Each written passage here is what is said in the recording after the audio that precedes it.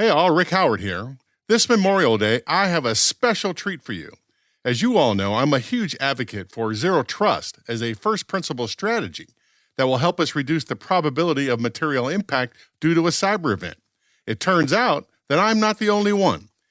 In a CyberWire special edition, listen to my conversation with Lenny Zeltser, the CISO of Axonius, where we cover how he built a zero trust program from scratch.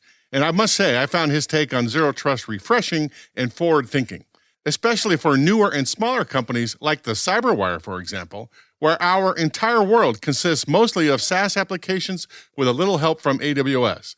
Lenny and I both think that the startup landscape is ripe for a zero trust architecture. Tune in on the CyberWire Daily Podcast feed on Monday, or find it on our website at thecyberwire.com/SE. Now, a special word from our sponsor, Enveil, who'd like to dispel some myths about homomorphic encryption. That's encryption that lets you perform encrypted operations such as searches or analytics. One commonly believed myth is that homomorphic encryption isn't ready for commercial use.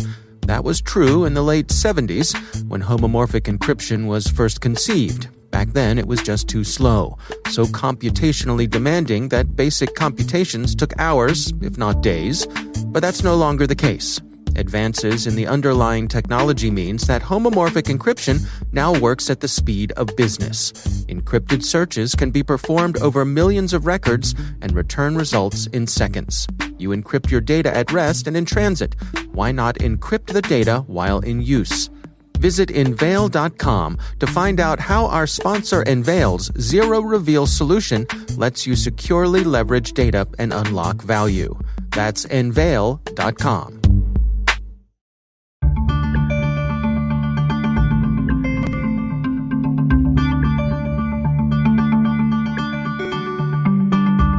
Hey all, Rick Howard here.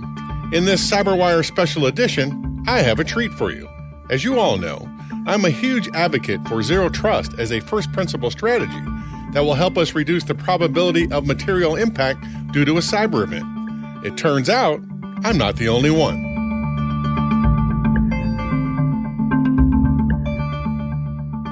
I've been doing some basic research on zero trust architectures when I ran into some material written by Lenny Zeltser, the CISO for Axonius, a cybersecurity company that provides asset management services. I found his take on zero trust refreshing and forward-thinking. And since Axonius is a relatively young company, I asked Lenny what it was like to build a zero trust program essentially from scratch, especially during the pandemic. I've been a CISO at Axonius for just under a year, and we're building and formalizing a relatively new security program, and I don't have to carry the burden of what many would consider legacy environments. And therefore, we designed our security processes that now all employees have to be able to work remotely. We can no longer assume that people are in the same office, connected to the same network that we might consider trusted, and therefore we can no longer grant special privileges just on the basis of the network that people are coming from. Especially for newer and smaller companies. Their entire world is SaaS applications, and that new landscape is ripe for zero trust architecture. We, as enterprises, are very, very quickly moving towards SaaS-provided applications, which means that you've got your data to which you need to control access sprinkled all over the place. And the reason why I bring that up is because now we have no choice. We have no choice but to consider these zero trust design patterns because we no longer have this network where our business applications reside, the firewall that sits in front of it that we control, right? That just doesn't exist anymore. Everything is SaaS. And what that means is that even if the CISO liked the idea of a zero trust architecture, but couldn't really gain support of the organization to consider what cultural or technological changes need to happen, now is the time to bring up the need to use zero trust today because you've got the support of everybody else. Everybody else wants to use these SaaS applications. They have no choice. Soon after the pandemic started, I started saying that all of those technical hurdles that stopped us in the past from supporting a mostly work-from-home employee base didn't seem as difficult today. But Lenny says that the problems were never technical, they were political. It's not that it turned out to be easier than we thought. It's just that it became easier than what it could have been because now we have the support of the rest of the organization. We're looking at this COVID-19 crisis through which we're all clearly still living. There's a lot of very bad things happening that are very difficult for everybody involved. But when you look at how this crisis really sped up our movement towards modern security and IT design principles, that's perhaps one silver lining of this very difficult and challenging situation for us, that we got that political and other non-technical support to move forward with some of the security initiatives that perhaps we wanted to have all along. The idea of zero trust has been around for well over a decade now. And if you look at the latest Gartner Hype Cycle published in November 2020, their researchers have the concept well past the peak of inflated expectations and buried deep in the trough of disillusionment. Lenny tries to stay away from all of that to focus on what is important. There's a lot of opinions on what is zero trust and what is not, and you get the purists and you get people who try to stretch the definition of the term to its limits. So I'm just going to tell you what it means to me. And what it means to me is this idea beyond the buzzword that I don't want to rely on the user being on a specific network that I might traditionally consider trusted when deciding whether to get access to a particular information resource. So for us, that meant starting with the user's identity as the root of decision-making. Lenny says that the thing that drove him to zero trust was his pursuit of single sign-on for his customers and for his employees. Before we even got to thinking about zero trust, we started off with thinking about single sign-on. As we discussed earlier here, we, just like many other organizations nowadays, rely on software as a service applications quite a bit. So most SaaS providers will support SAML-based single sign-on, which means that you can have your user's identity defined in a single place and then integrate the identity-related information into all of the applications that your employees might need to use. Who is this person? Because access rights are tied to the individual. So should this person have access to, AWS or G Suite or Salesforce? That depends on the user's identity, which is tied to the person's role in the organization. And then even once you have the user authenticated to a given SaaS application, then what privileges that person has within that application should also be tied to that identity. One of the nagging problems about implementing a zero trust program is that in order to do it right, you have to understand that the system has to be dynamic. You can't set it up and forget about it. People change jobs, they get fired, they get promoted. Whatever you build has to accommodate that change. People come and go, people's responsibilities change, their roles get redefined, and the access that they need keeps changing. So for us, that the key to implementing single sign-on so that it's useful was making sure that we can have automation in how access rights are granted. So in our case, we integrated our single sign-on provider with what we consider to be the source of trust regarding users' identity and role, which is our HR system. So the data is kept in its definitive form in the HR system regarding who the person is and what their role is within the organization. Then it's automatically provided to our single sign-on provider, where we're able to define rules based on, for example, the person's department, what applications and what functions within that application should be granted to the user. This way, when the person's role or employment status changes in the HR system, that information is automatically propagated into this SSO system and therefore gets automatically reflected in how the decisions are made for authenticating and authorizing the user to the SaaS applications.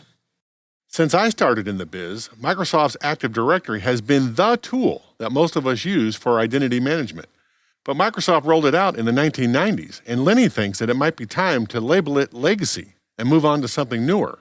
He acknowledges that Microsoft is aware of that and is currently offering Azure Active Directory, their federated and cloud-delivered identity management system that works closely with on-prem Active Directory. It's worth rethinking what role Active Directory has in this future in which we now find ourselves. Because when I think about Active Directory, I think of what soon I think will be called a legacy approach to identity management, because Active Directory, as it was originally designed, was meant to be kind of an on-premise directory and information store, which is very hard to access when your employees are distributed and remote.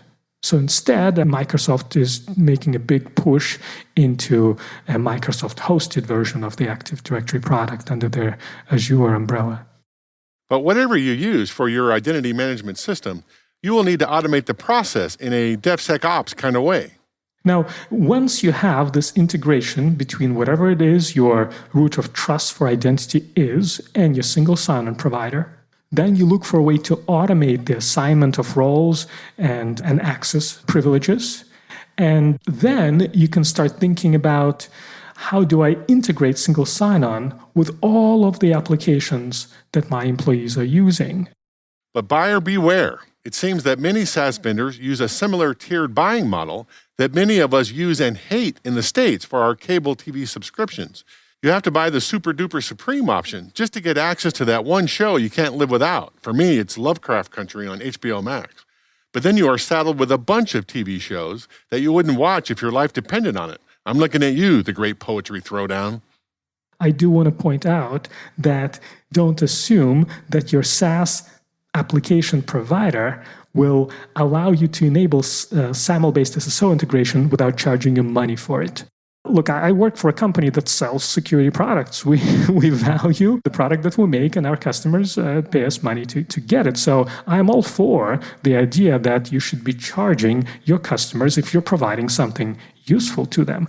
The challenge that I have with many popular SaaS vendors is that they don't allow their customers to just buy the SSO integration option.